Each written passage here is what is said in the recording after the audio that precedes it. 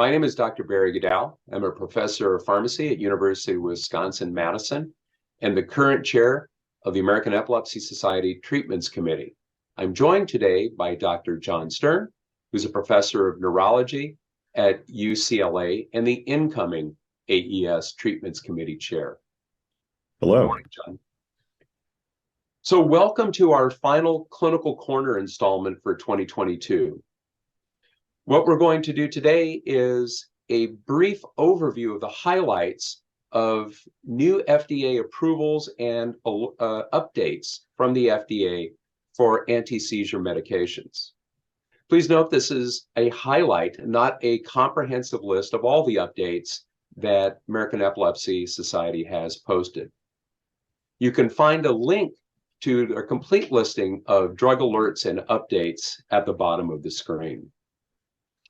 So today we're going to discuss new indications and relevant new information on ganaxolone, fenfluramine, and midazolam. John, I'm going to turn it over to you to lead us off.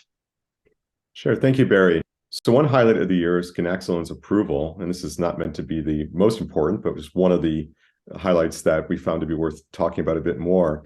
And I found it interesting because of ganaxolone's novel mechanism of action and neurosteroid backdrop. And so it's a long time coming approach to epilepsy. It has a mechanism that is tonic GABA, which differentiates it from many of the other medications and opens a door toward what is the future of this mechanism for epilepsy treatment.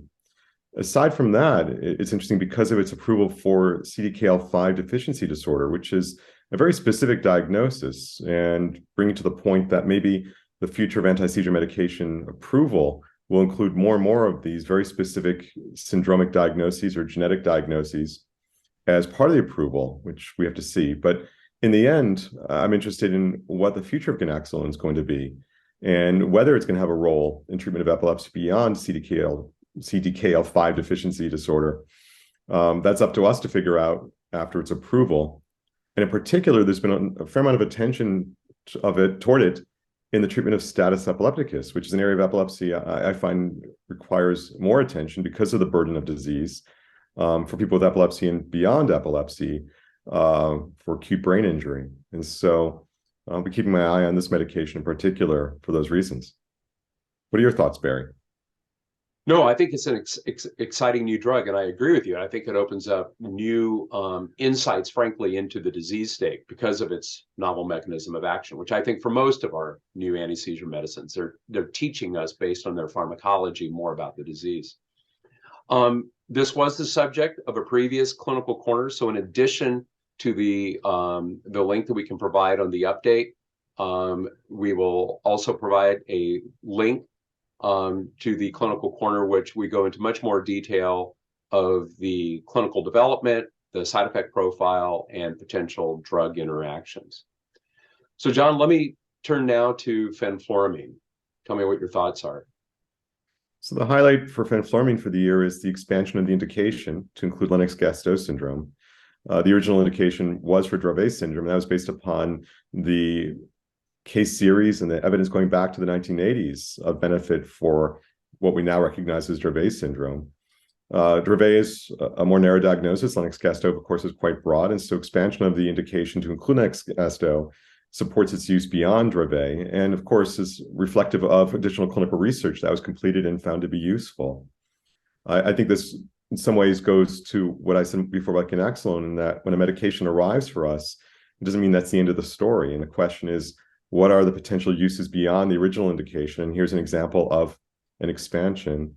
And fenfluramine is interesting to me, at least, in that it has an approach that involves serotonergic mechanisms and the sigma receptor. And these are all, as you said a moment ago, very interesting in terms of what they might mean to us in understanding treatment of epilepsy and epilepsy itself.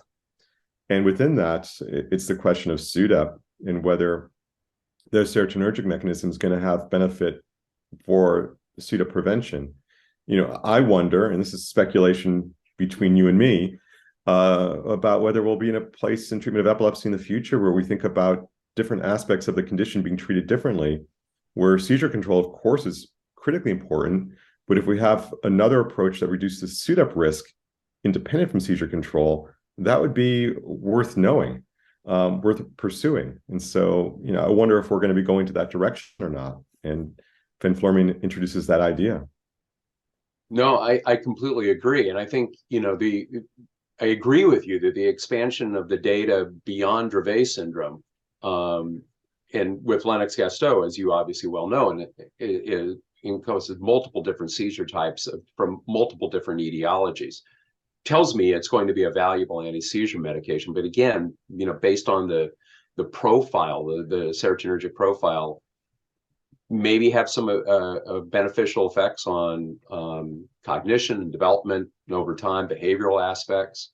I think there's still unresolved questions about the dosing. We still have a dose ceiling with this drug, and for it to have a broader use, we need to make sure. And so far, the data is, correct me if I'm wrong, but it's good about the relative lack of cardiovascular problems. Yeah, and so you're right. There's great opportunity, great need for additional clinical research. Yeah. So we'll turn now to a novel new FDA approval, and that is for a new formulation or a delivery device for midazolam. In particular, back in August, the FDA approved a new drug application from a company called RAFA Laboratories for the development and approval of a midazolam autoinjector.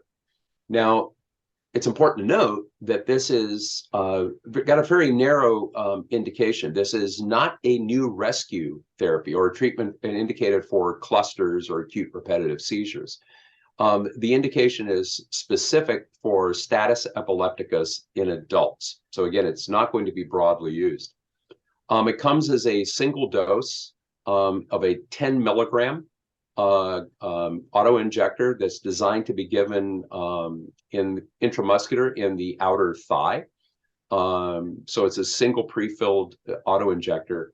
Also of note, this auto-injector is not adjustable. You can't modify the dose, and the current package information, prescribing information, advises it's not therefore to be used in pediatric patients.